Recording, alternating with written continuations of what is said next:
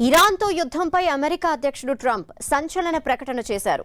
ఇరాన్పై యుద్ధం దాదాపు పూర్తయిందని వెల్లడించారు. యుద్ధం ముగిసేందుకు 4 నుంచి 5 వారాల సమయం పడుతుందని అంచనా వేయగా అంతకంటే ముందే యుద్ధం పూర్తి కాబోతున్నట్టు వెల్లడించారు. ఇకపై అమెరికాని ఉగ్రవాదులు బెదిరించలేరని అన్నారు. ఇజ్రాయెల్తో కలిసి ఇరాన్పై యుద్ధం చేస్తున్నామన్నారు ట్రంప్. ఇరాన్కి ఇప్పుడు నేవీ, కమ్యూనికేషన్స్, ఎయిర్ ఫోర్స్ లాంటివి ఏవీ లేవని సంచలన వ్యాఖ్యలు చేశారు. సాంకేతికత, సాయుధ బలగాలతో తమ ప్రత్యర్థిని అణిచివేస్తున్నామని చెప్పారు. ఇరాన్ డ్రోన్ వ్యవస్థతో పాటు మిలిటరీ వ్యవస్థని పూర్తి నాశనం చేశామన్నారు. అటు రష్యా, యుక్రెయిన్ యుద్ధంపై స్పందించిన ట్రంప్ అది ఇప్పటికీ ముగిసేలా కనిపించట్లేదన్నారు. పుతిన్తో తాను ఫోన్ కాల్ మాట్లాడానని, యుక్రెయిన్ విషయంలో చర్చలు జరిపామని తెలిపారు.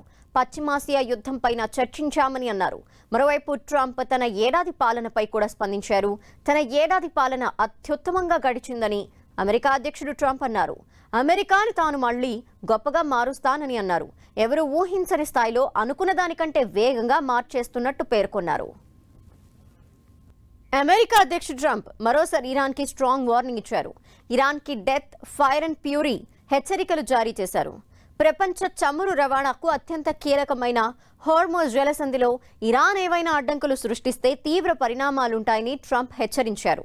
సోషల్ మీడియా వేదికగా స్పందించిన ఆయన, ఇరాన్ ఒకవేళ చమురు ప్రవాహాన్ని అడ్డుకుంటే గతంలో కంటే 20 రెట్లు శక్తివంతంగా అమెరికా ఎదురుదాడి చేస్తుందని స్పష్టం చేశారు. అలాగే ఇరాన్లోని సులభంగా ధ్వంసం చేయగల లక్ష్యాలని తాము ఎంచుకుంటామని, ఆ దెబ్బకు ఇరాన్ తిరిగి ఒక దేశంగా కోలుకోవటం అసాధ్యమని ట్రంప్ పేర్కొన్నారు. హార్మోజ్ జలసంధి నుంచి ఆయిల్ సప్లై ఆపితే పరిణామాలు తీవ్రంగా ఉంటాయన్న ట్రంప్ వ్యాఖ్యలకు కౌంటర్ ఇచ్చింది ఇరాన్. హార్మోజ్ జలసంధి నుంచి 1 లీటర్ ఆయిల్ కూడా పోనివ్వం అంటూ ఇరాన్ స్ట్రాంగ్ కౌంటర్ ఇచ్చింది. ఇజ్రాయెల్, అమెరికా దాడులు కొనసాగితే శత్రు దేశాల ఆయిల్ని కదలనివ్వబోమని హెచ్చరించింది. ఇప్పటికే ఆయిల్ ధరలు ఆకాశాన్నంటుతున్న వేళ ఇరాన్ ట్రంప్ వ్యాఖ్యలతో మరోసారి ధరలు పెరిగే అవకాశం ఉందన్న ఆందోళనలు వస్తున్నాయి.